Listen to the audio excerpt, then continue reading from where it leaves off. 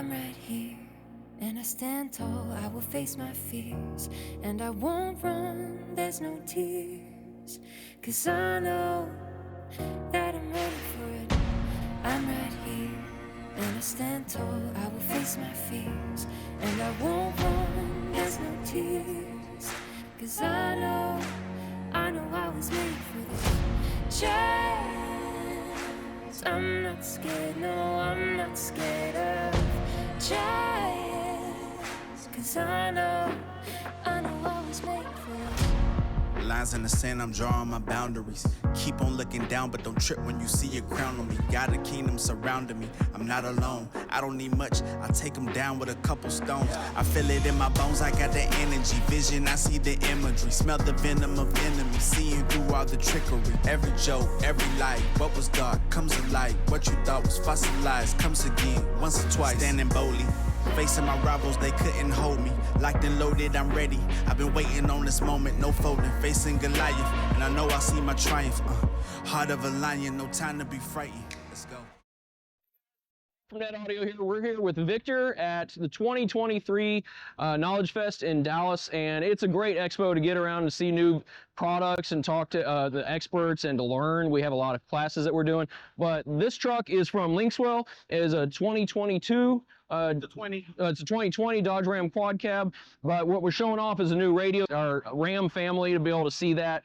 So we're going to go sit down in the truck with Victor, and we're going to go over all the different options with you. One of the things that we'd like to talk about in this particular generation, whether it's the XL or the Generation 6, it's the fast boot up process that these radios have. I mean, it's almost instantaneously.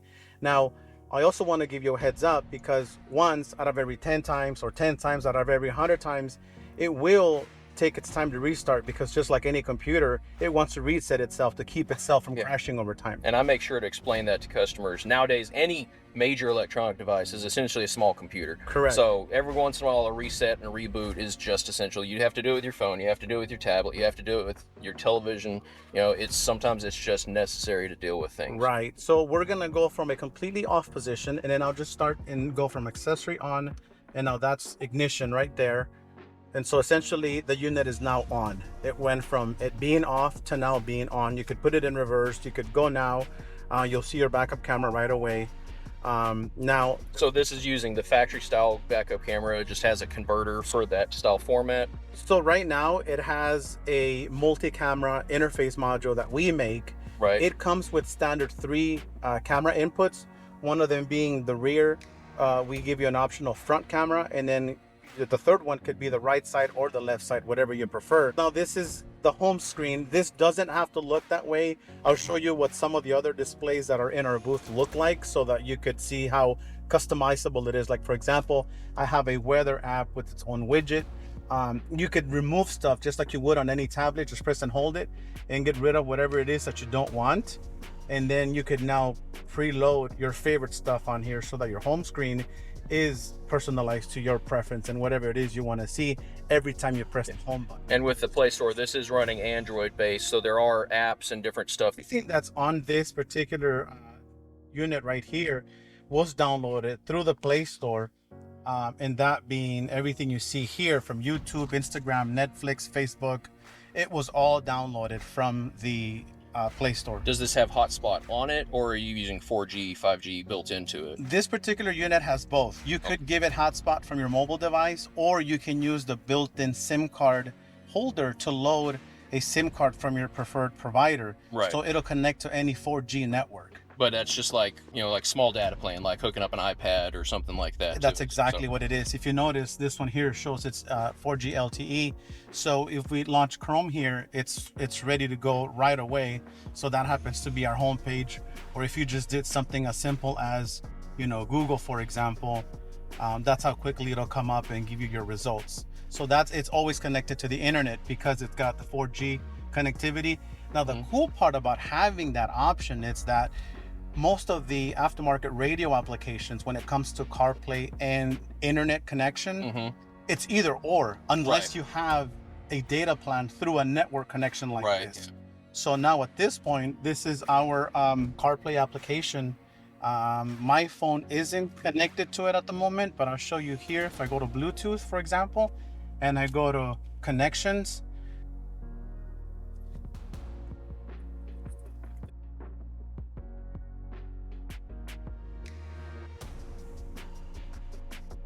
Yeah, right after this, it should launch Car Auto automatically.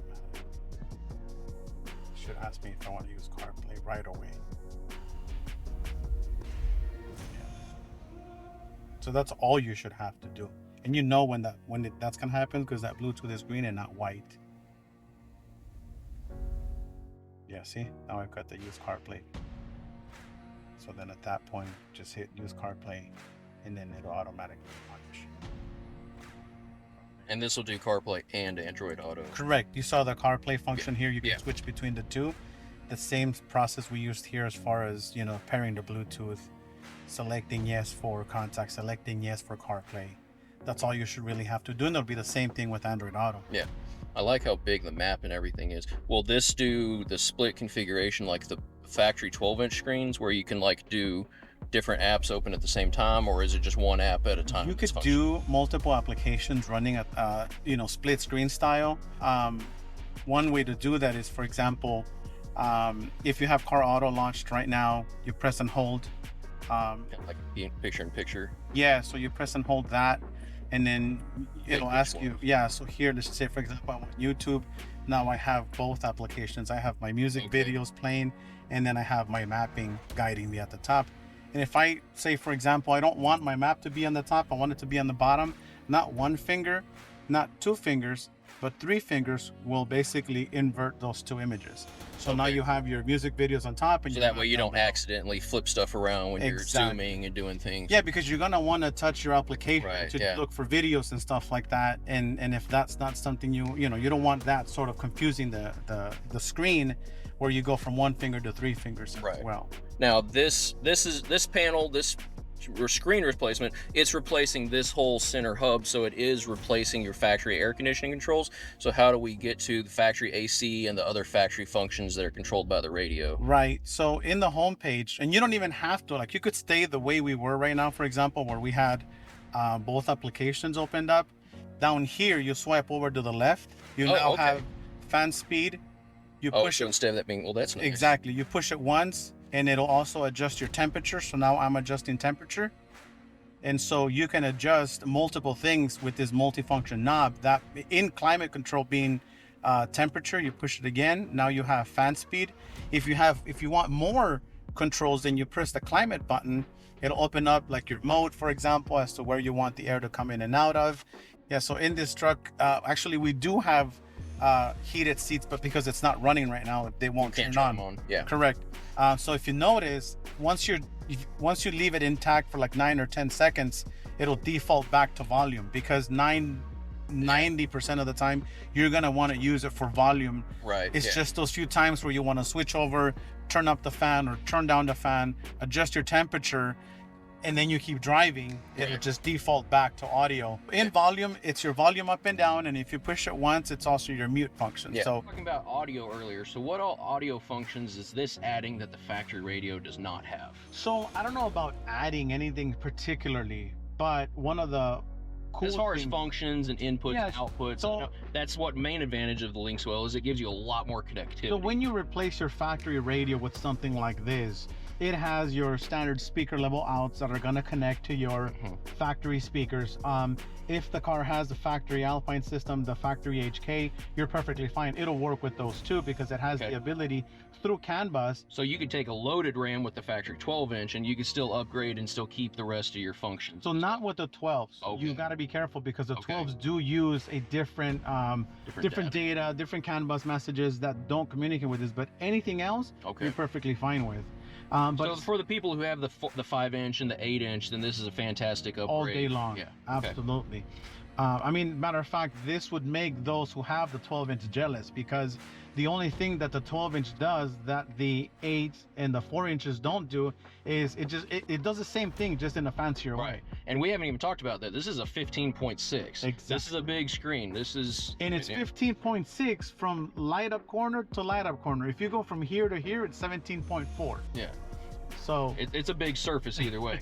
So back to the audio that we were talking about. right, so some of the audio features that it has, we have a DSP function on their 16-band EQ from 20 hertz all the way to 20,000 hertz. It has preset EQ settings already in there for you, or you can customize your own as you please, and you can do whatever you want. You can then save those into your custom 1, 2, or 3. If I wanted to save them, I can hit the save button. Then you tell it which one you wanted to save onto, 1, 2, or 3. So in this case, we have 1 preset setting already there. In addition to the 16-band EQ, you're gonna have your high, low, and mid-pass filters, along with your subwoofer control if you wanted to add an aftermarket subwoofer. So you have high pass filter, low pass filters, and then your mids from 20 hertz to 250 hertz for your subs, from 20 hertz to 680 hertz for your mids, and from 6,000 to 22,000 hertz for your highs. You also have staging, so you can change time delay, right, and give it a better sound. You also have independent control for your fronts, rears this way. Okay, so instead of just fade and balance, you can turn down each individual speaker. Exactly. Okay. I think we've kind of covered all the bases. Is there anything else in specific you think that we need to know about this, or is that? So I think that's pretty much it. I mean, I'm sure there's a lot, that we probably haven't covered that I'm sure a lot of people. Because there is a Play Store, so there's a bunch of other stuff you can download. Actually, that's a good point. I get asked a lot of questions with like Jeep crowds, and they want to have an off-roading option. So you can use, of course, Apple CarPlay or Android Auto for your mapping, but are there any other off-road apps or anything that you know of in the Play Store that are available? Not necessarily off the Play Store. I know that so you'd be better off just using it off your phone, and it'll still pull up for the most part. I know that we have just recently worked with our Jeep application to bring the off-road images, and this is a big help too, right, to bring that from the factory, or at least give you those pages back on the screens.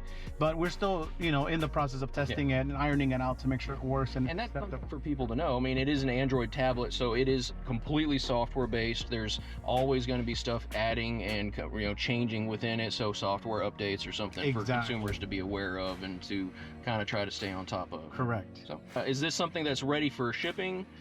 This one, as we speak now, it's not, but this one is definitely within 30 to 60 days. So before the end of the year, this is going to be, hitting the floor. Oh yeah, a lot sooner than that, because just to kind of give you a background on this particular vehicle that we're sitting on, this unit has been here for the past 4 months that it has been driven around in every type of road condition. So this is the one that we've beat up to be able to make sure that it is acceptable during everyday drives, short drives, long drives. Right. Like we drove it here from California 1,800 miles away. Right. Yeah. So we're putting this one through its paces, and as far as we know, we're acceptable with how this unit is performing. So production should be right around the corner. Okay, well, cool. And because you're talking about touring, this is the demo vehicle, so it is going to be going city to city. So customers may see it out on the road, may see it out of the stereo shops, and they can stop and talk about it and see how it looks in the vehicle before they may even have a chance to talk about buying. Exactly. Well, thanks, Victor. Thanks for showing us and walking us through all of this stuff. If customers have more questions or anything, how can we get in touch with you? So normally we only deal with our dealer base because it's so wide. Correct. But if you go to our website, there's a live chat where end users can speak to us directly. Or we also have YouTube videos that we're always making. If there's anything specifically that they'd like to see, let us know. Our Instagram, social media pages, Facebook, we're all there. You can post questions, concerns, anything you want to ask us, we're available. So if we were talking about updates, do y'all alert on your social media pages about if new software or anything like that? There's ways for you to check on these units if an upgrade is available for your radio itself.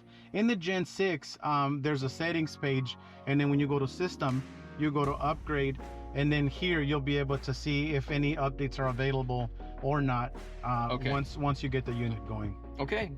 Well, awesome. Well, thank you very much. And if they have any questions, then they can reach out to y'all. You can give us a call. You know where to get hold of us, and we'll keep an eye out for it, and hopefully we'll be able to put one of these in a customer's truck here pretty soon. Absolutely. Thank you guys for stopping by. All right. Thank you very much.